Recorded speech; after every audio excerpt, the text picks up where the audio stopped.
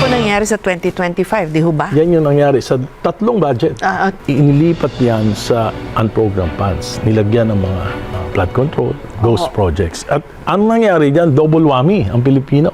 Dahil nasayang na yung pera, dahil hindi na pondohan yung counterpart dun sa mga foreign assisted projects, na-delay yung project. Kaya anong nangyari, from 2028, dapat yung subway tapos na. Kung nasaan na tayo. Ngayon, 2032. Yung PNR Elevated Rail, from 2029 dapat ang target completion magiging 2032. At ang masama, dahil sa delay, tataas ang presyo. Babayad tayo ng mga penalties, commitment fees, at yung materials and labor costs tataas. Ang tinataya, sabi ng DOTR mismo during the budget hearing, na itataas nito. 1.3 trillion tong dalawang project na to, palamang 20%. So about 300 billion plus yung masasayang na salapi ni Juan de la Cruz, na sana kung hindi ginawa yung kagaguhan ng paglilipat ng mga importanteng proyekto sa unprogrammed appropriation, sana meron na tayong pinakikinabangan at yung 300 billion na yan na masasayang, sapat na yan para makumpleto ang lahat ng backlog sa classroom sa buong Pilipinas.